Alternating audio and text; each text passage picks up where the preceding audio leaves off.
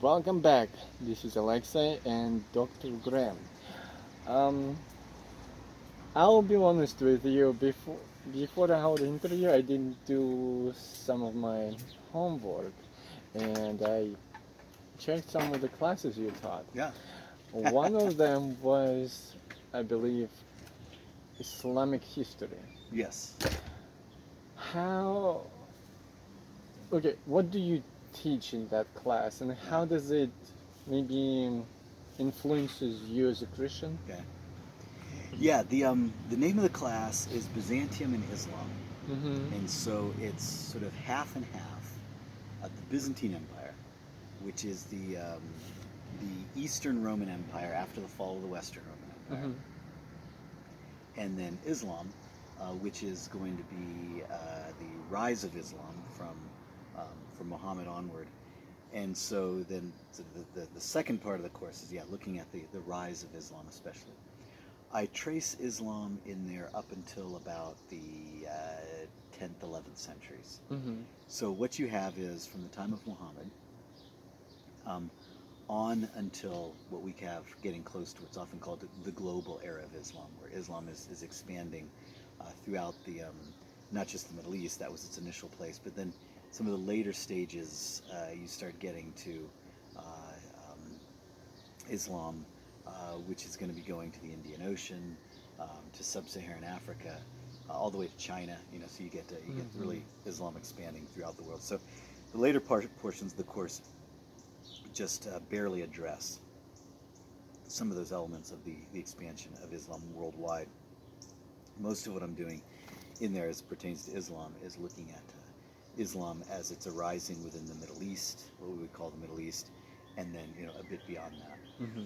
So yeah, that's a that whole. Wait, well, let me just back up a little bit and say that my study of history in graduate school was a period called late antiquity. It's a period which includes the fall of the Roman Empire in the West, the rise of the so-called barbarian kingdoms, which in time become the major kingdoms of Western Europe, Mm-hmm. sort of like what ultimately set the stage for the areas that become France, Germany, etc. So you got that.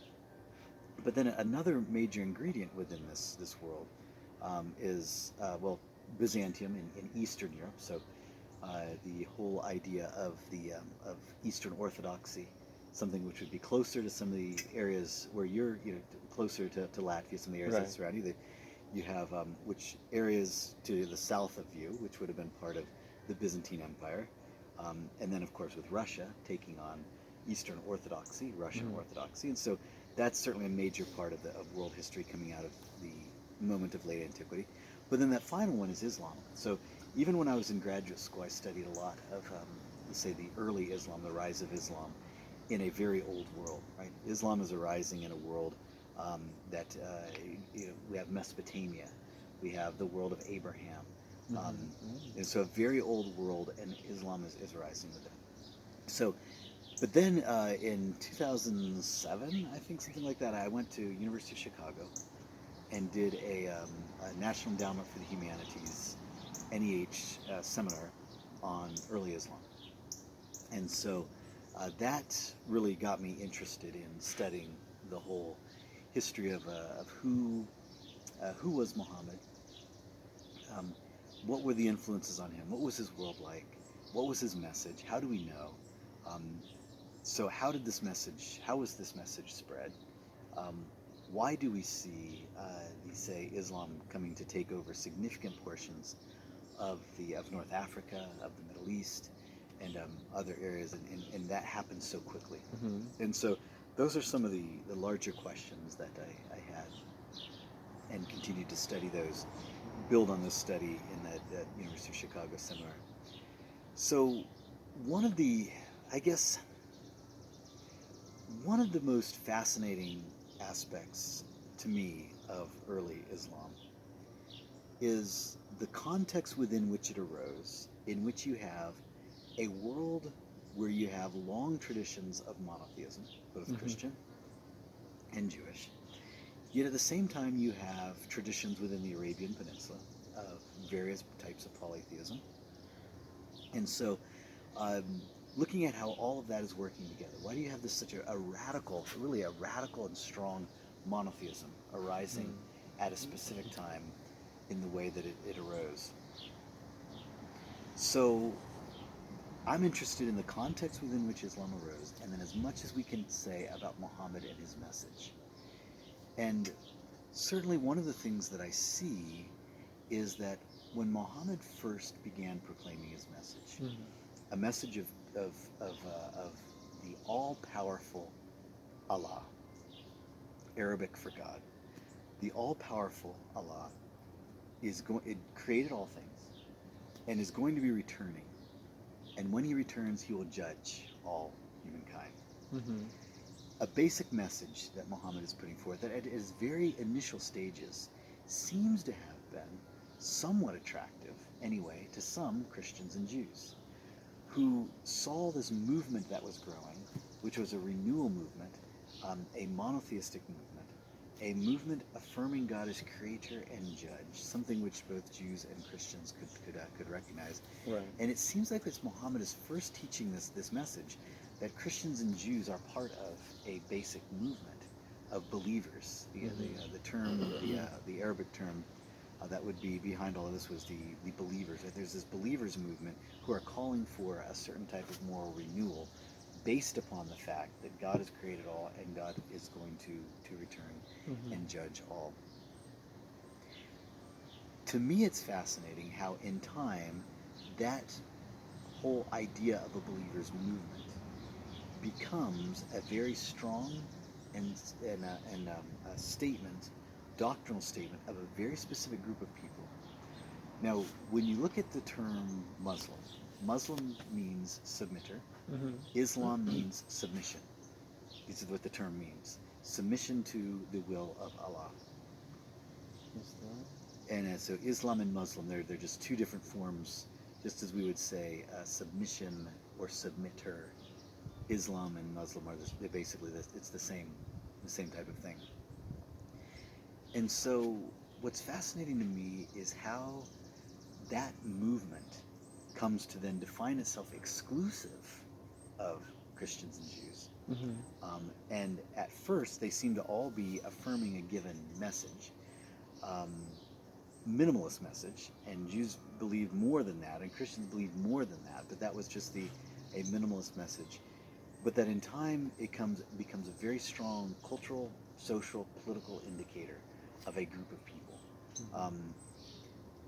Now, you asked, how does my understanding of history as a Christian, how does it shape the way I understand all of that? And fascinatingly, the best lessons I've learned on that are from non-Christian historians who have written about this. One, a friend of mine, and I studied with him at University of Chicago when I was there. That's Fred Donner. Fred Donner is one of the major scholars on this. A delightfully fair and honest and historian, just a great human being, creative human being made in God's image. Not a Christian. Learned a lot from him on all of this. But those are some of the main things I try to emphasize within that class. So the context within which Muhammad arose, how can we tell what Muhammad's actual basic message was, and then the way that whole community then becomes something which is then going to exclude Christians and Jews. It has a very strong identity, and then in time, under certain circumstances, begins to can persecute or at least make life difficult for those who do not then convert to Islam. That's the larger. In that class, we study that whole issue in great detail. So, at the beginning, it did sound like, Islam is teaching some fundamental lessons as Christians would, but then some point to me it sounded like you will say like, but here's the difference. Yeah. So how is okay, how you were not converted to Muslim? Oh, Islam. Yeah, never. That's never been never been a draw. Um, the I think to explain some of this, right? There are some things that you as a Christian believe Mm-hmm. that a Mormon would believe, Right. right? And that a Muslim would believe. Right? You believe that God is creator. Yes. So do they. You believe that God that there's an end of the world that's coming back in which God, the all righteous judge, will judge the world, Right. right? And so in that case, there are some times in which Christians are in a state of, let's say, desperation, and they're going to latch on to anybody who believes something close to what they believe in. Mm-hmm. Now, is that the entirety of the Christian message? Of course not. Right? Just to say that God is the all righteous judge who's coming back says nothing about Jesus Christ and redemption. It says nothing of a sacrifice for sin. It says nothing of salvation. It says none of these things. So, sure, Christians could agree in monotheism, Mm-hmm. um, but there's no sense in which the entire message of Christianity, one of grace, one of Christ's sacrifice, all of these types of things, that there's a lot more to Christianity than just the parts that we might say overlapped with Islam. Right. So I've lived a quite a bit of my quite a bit of time in Muslim countries, in Tunisia and also in Turkey. Yeah, you did some And so, excavating yeah, also. and yeah, I mean, I've never felt an attraction Mm-hmm. to Islam. I just, uh, yeah. So that was never really an issue to me to see why I hadn't been drawn in that direction. Mm. So, well, earlier you also mentioned something about excavation. Hmm. What was the most exciting thing that you found? Uh,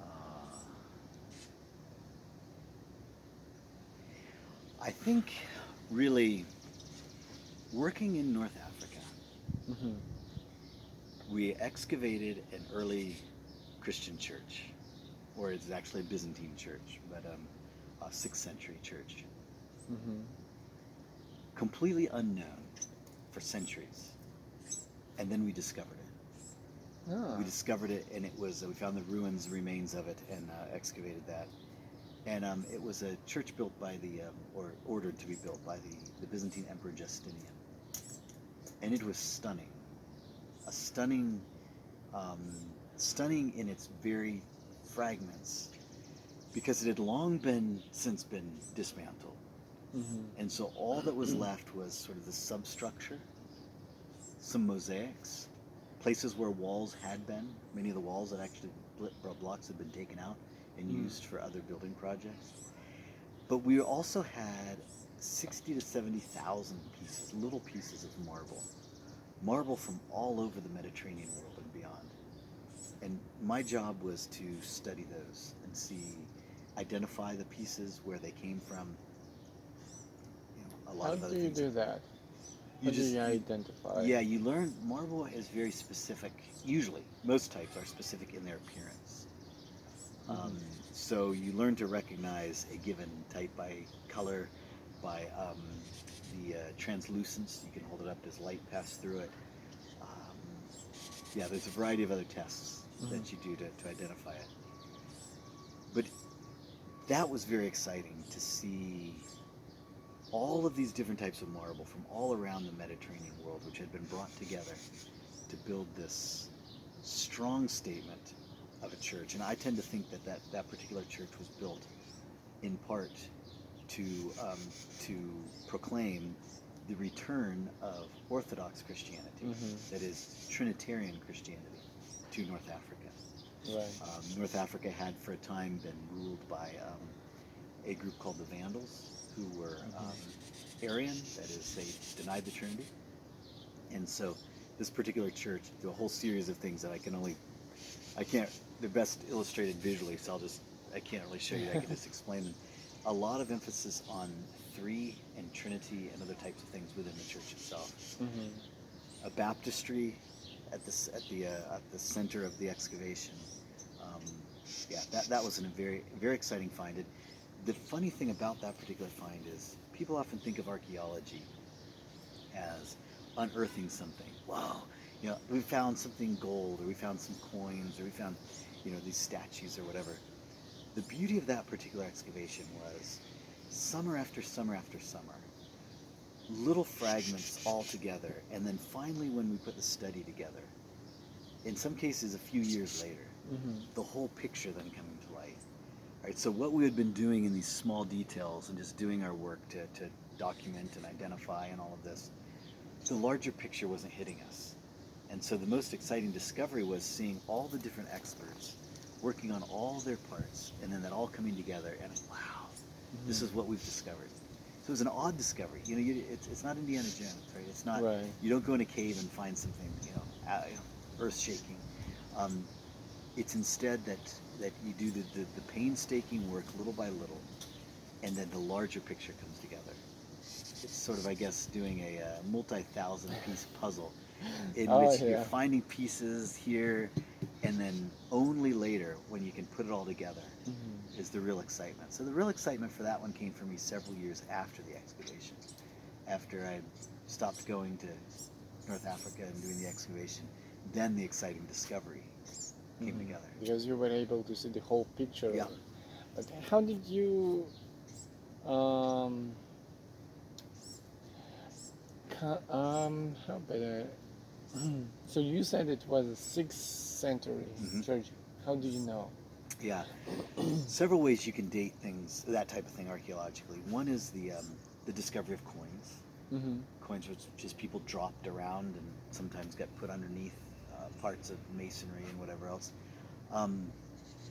Dating of the coins. Now, dating of the coins can tell you just a point after which it was written, after which it was built. Because a coin doesn't necessarily date it. You don't find a coin, okay, this building's from such and such time. But we found a lot of coins, individual, just little, I'm talking little, like pennies here, there, and all over the place, that had been buried in the dirt in antiquity and then just stayed there. That's one. Another one is the fact that there were Greek inscriptions in this particular church in North Africa, which North African church would have been largely Latin in its basis, but there was a Byzantine era, short-lived, but a Byzantine era in North Africa where Greek would have been used. So finding a few scratched inscriptions in Greek gave us a sense of Byzantine. So that was Byzantine North Africa as a pretty short-lived era. From about the mid-6th century up until the late 7th century and then 8th century when Islam comes through and takes over. Finally, we found little parts of marble that were used in column capitals, fancy column capitals. And those were done with a certain type of marble and a certain type of style. And they were carved out as griffins. And that was used almost exclusively in early to mid 6th century Byzantine architecture. So just some of the very pieces and fragments that we found were from a style of doing column capitals in Byzantine architecture at a rather specific period of time. So you kind of have to learn about something from the 6th century to say like, oh yeah, I see it familiar there, and there. Oh yeah, it was 6th century. Yeah. But okay, so what was the ugliest thing you ever found? Like, oh no. I can tell you the strangest thing. Let me think of ugliest. Strangest thing. Okay, so you have to picture a wide open field with nothing on it except for thistles and other weeds. Okay, so wide open field, lots of weeds, big weeds, and so we were digging down into we set up our trenches and we were digging down into the dirt. And at one point, about 3 feet below the surface, you got the surface that we're working on. Not too far. 3 feet, yeah, not too far, but pretty far. You're looking below the surface. We're finding Roman coins. We're finding Roman coins. We're finding other things up here, Then we get down about 3 feet below there, and we find a Yoda head, plastic head. You know what Pez candy is? Yeah. A Yoda head for Pez candy.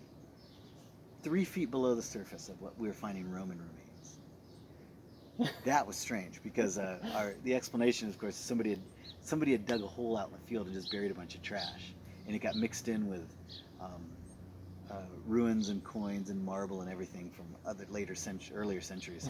But there it was. Somebody dug a hole and just buried their trash, and it was a Yoda. That was the strangest thing. So yeah, Yoda existed before Roman coins. Yeah. Yep. Wow. Yeah, that's interesting. Um, for for our conclusion, what would you say to young people like me, like bringing all your experience, all your knowledge, like why should we study Christianity, all these religions, and why would we even believe in Christianity? Oh, that's a huge. Yeah. Yeah. I mean, I think the easiest, straightforward, most basic answer is because it's true.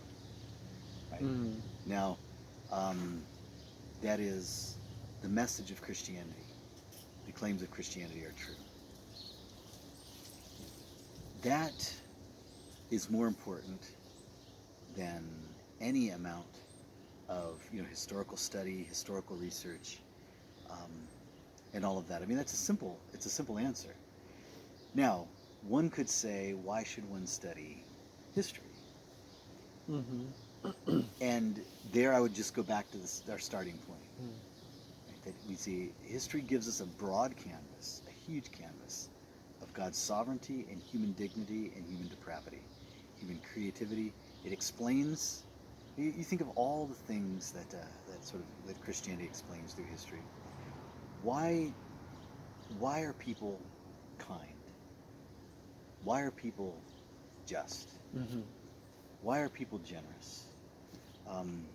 No matter where you live, right? Why can you find kindness, generosity, and goodness in every era and every area of the world? Right. Why is that? Why is that?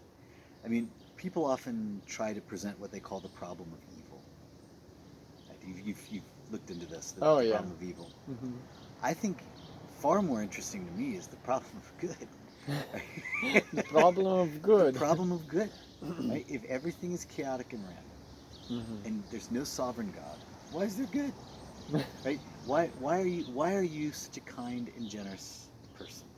Why can you meet somebody no matter where you go? Mm-hmm. You can find people sometimes have no interest in Christianity whatsoever, and they're kind and generous people. Mm-hmm. That to me is that's a problem. Right? It's the problem of good. But the problem of good is answered by the fact that humans are made in God's image. And you look at humans across space and time, and there you see creativity, you see dignity, you see kindness, you see all of these things. Mm-hmm. Selfless sacrifice for others. You can see that in so many different contexts and eras through history. Yet again, at the same time, why then, no matter how great a person is, why is it that there's always these flaws? Right. And well, it's because humans are fallen. Right? And so in that way, Christianity, or I should say, history, gives us a beautiful broad canvas of God as sovereign. History is not random. And then along with that, we can see the human being never should surprise us that there's human dignity at the same time as human depravity. Mm-hmm. That to me is that's the main reason I study history and would encourage people to do the same. So I think after watching these videos, people will look into the problem of good. So and study it. Yeah. But actually, really, thank you very much for giving me this time and opportunity to speak to you and ask these questions. And yeah, just I'm really appreciative. Well, always a delight to talk with you. And I hope these questions were and answers were helpful to those who watched us, will watch us. Yes. But thank you. Yes. And Thank you, Alex. thank you also for joining us. Bye.